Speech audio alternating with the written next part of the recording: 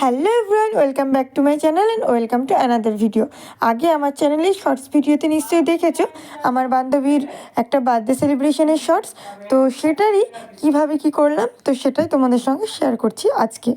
তার আগেই বলে নিই, গলার অবস্থা ভীষণ বাজে, তবুও ভয়েস ওভার দিচ্ছি কারণ ভিডিওটা তোমাদের সঙ্গে শেয়ার করতে চাই। তাছাড়াও আমার কাছে একটা স্মৃতি হয়ে থেকে যাক আমার ইউটিউবে চিরদিনের জন্য।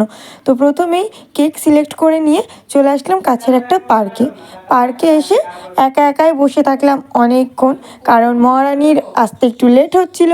তো আর ও যদিও কাছাকাছি ছিল একটা মেডিসিনের দোকানে, কিন্তু আমাকে যেতে বললেও আমি যাইনি, কারণ ওকে সারপ্রাইজ দেওয়ার জন্য টোটালি চেয়েছিলাম সারপ্রাইজ দিতে।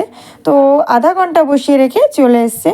তো আসার পর প্রথমে আমরা অনেক গল্প করছিলাম, কিন্তু দুঃখের বিষয় কি জানো, যে আমরা এই যে এত কথা বলছিলাম, আমি রেকর্ড করেছিলাম যে ভিডিও একটা শর্ট আপলোড করব বলে, কিন্তু একটা কথাও রেকর্ড হয়নি, জানি না কোনো সাউন্ড রেকর্ড হয়নি। আমি যে গল্প করতে করতে সারপ্রাইজটা যখন দিয়েছি তখন ছিল ওর রিয়াকশান, এবং সেটাই আমি ক্যাপচার করতে চেয়েছিলাম।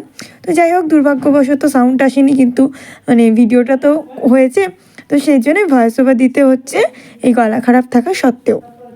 তো ও তো মানে গিফটটা পেয়ে খুবই খুশি, দেখতেই পারছো ও পুরো সারপ্রাইজড। আমি তোকে জিজ্ঞাসা করেছিলাম তুই কি আইডিয়া করেছিলিস, তো বললো একদমই না, কারণ ওর বার্থডে ছিল 22 এপ্রিল এবং আমরা দেখা করেছিলাম 28 এপ্রিল। তো ওর কাছে পুরোটাই আনএক্সপেক্টেড ছিল, আর ওর রিয়াকশানেই সেটা বোঝা যাচ্ছে, খুবই ভালো লেগেছে। মানে এরকম কিছু অ্যারেঞ্জ করলে এটাই হয়, রিয়াকশানটাই প্রাপ্য হয়, তাই না, সাফল্য বলা চলে। তো ওর জন্য ছোট্ট একটা গিফট এনেছিলাম, গিফট আনপ্যাক করতে করতেই দিয়ে দিলাম একটা ছোট্ট কিটক্যাট, আর ওটা ওর অনেক পছন্দ হয়েছে, ওর অফিসে বা কখনো কোথাও গেলে কাজে লাগবে সেই হিসাবেই দেওয়া। আর তারপর ঘুরেই দেখে ওর জন্য কেকের অ্যারেঞ্জমেন্ট, ওটা দেখে আরও খুশি। তো ছোট্ট করে আমরা সেলিব্রেট করলাম দুজনে।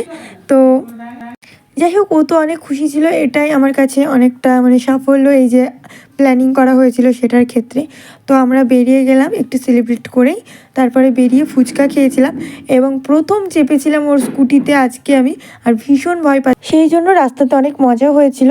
তবে তারপরে আমরা চলে গেছিলাম একটা রেস্টুরেন্টে, কিন্তু অনেকটা সন্ধে হয়ে যাচ্ছিলো এবং টাইম লাগবে বলেছিল, যেহেতু সন্ধ্যের টাইম, তো তার জন্য আমরা সেখান থেকে বেরিয়ে গেলাম এবং নেক্সট ডের জন্য প্ল্যানটা তুলে রাখলাম। আমাদের জুটিটা কেমন লাগে অবশ্যই জানিও, আর অবশ্যই এটা আমার স্মৃতির পাতায় তুলে রাখা হলো সারা জীবনের জন্য। ভালো থেকো তোমরাও, ভালো লাগলে অবশ্যই জানিও।